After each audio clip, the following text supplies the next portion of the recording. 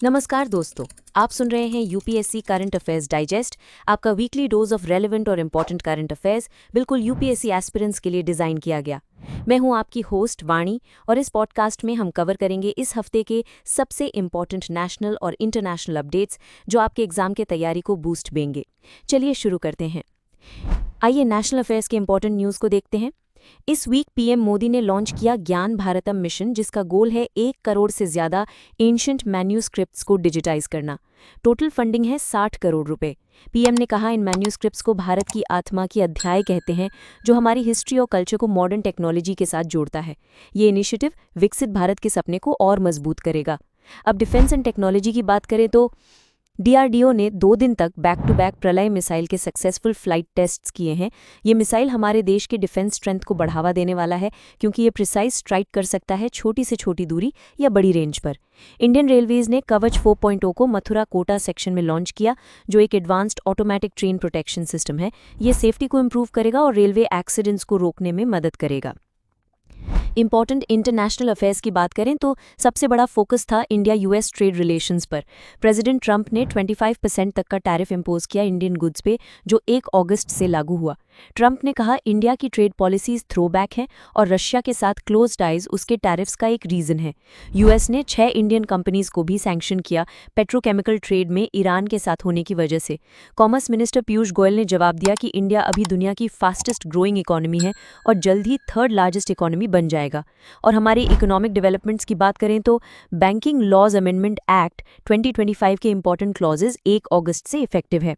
ये act depositors और investors की प्रोटेक्शन को स्ट्रेंथन करता है। आरबीआई ने fraud hit new India cooperative bank को सारस्वत कोऑपरेटिव बैंक के साथ मर्ज करना अप्रूव कर दिया। यूपीआई यूजर्स के लिए नए रूल्स आए हैं। डेली बैलेंस चेक मैक्स 50 बार और अकाउंट व्यू 25 बार अलाउड है, ताकि सिस्टम ओवरलोड ना हो। ग्रीन हाइड्रोजन के सेक्टर में एक बड़ा कदम, कांडला पोर्ट पे इंडिया का पहला 1 megawatt green hydrogen plant commission हुआ है, जिससे मैरीटाइम सेक्टर में पोल्यूशन कम होगा। Reliance industries Fortune global 500 list में 88th रैंक पर है, जबकि वॉलमार्ट टॉप पे बना हुआ है। गूगल भी आंध्र प्रदेश में 1 गीगावाट डेटा सेंटर बनाने जा रहा है, जिसमें $6 बिलियन की इन्वेस्टमेंट होगी। अब साइंस एंड टेक्नोलॉजी की तरफ चलते हैं तो नासा इसरो की joint mission Nisar satellite successfully 31 जुलाई को लॉन्च हो गई। ये सैटेलाइट अर्थ ऑब्जर्वेशन में कटिंग एज टेक्नोलॉजी का यूज करेगा। ऑस्ट्रेलिया ने अपना पहला इंडिजिनस रॉकेट एरिस लॉन्च किया, लेकिन लॉन्च 14 सेकंड्स के बाद फेल हो गया। हेल्थ टेक में ब्रेक थ्रू, इंडियन डॉक्टर्स ने स्ट्रासबर्ग से रिमोटली रोबोटिक सर्जरी करके पेशेंट्स का इलाज इंदौर में किया, नियरली 10,000 किलोमीटर दूर से। विश्व स्तर पे इन्वायरमेंटल अपडेट्स को देखें तो रशिया के कामचटका पेनिनसुला के पास 8.8 मैग्नीट्यूड अर्थक्वेक आया, जिसकी वजह से पैसिफिक रिम के कंट्रीज में सुनामी वार्निंग जारी हुई। साथ ही क्लूचिवस्कोय वोल्केनो भी इरप्ट हुआ।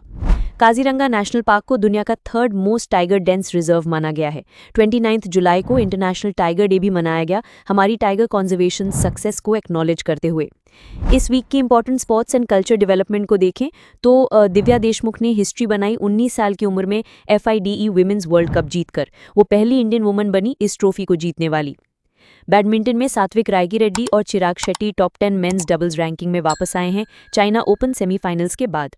नेशनल फिल्म अवार्ड्स में 12th फेल ने बेस्ट फीचर फिल्म का अवार्ड जीता और शाहरुख खान को जवान के लिए पहला नेशनल अवार्ड मिला।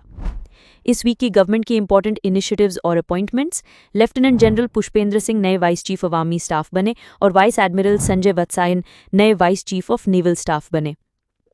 प्रधानमंत्री कृषि सिंचाई योजना के लिए 6,520 करोड़ रुपए एलोकेट किए गए हैं। यूनियन कैबिनेट ने नेशनल कोऑपरेटिव डेवलपमेंट कॉर्पोरेशन के लिए 2,000 करोड़ रुपए अप्रूव किए अगले 4 साल के लिए।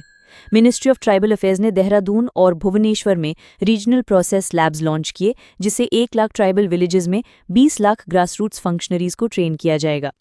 तो दोस्तों, ये था इस हफ्ते का यूपीएससी करंट अफेयर्स डाइजेस्ट। हर सेगमेंट में दिए गए फैक्ट्स आपकी तैयारी को एक नई दिशा देंगे।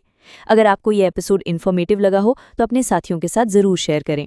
मैं आपकी होस्ट वाणी मिलती हूँ अगले हफ्ते नई अपडेट्स के साथ। तब तक के लिए मेहनत करते रहिए और अपने लक्ष्य की तरफ बढ़ते रहिए। जय हिंद, जय भारत।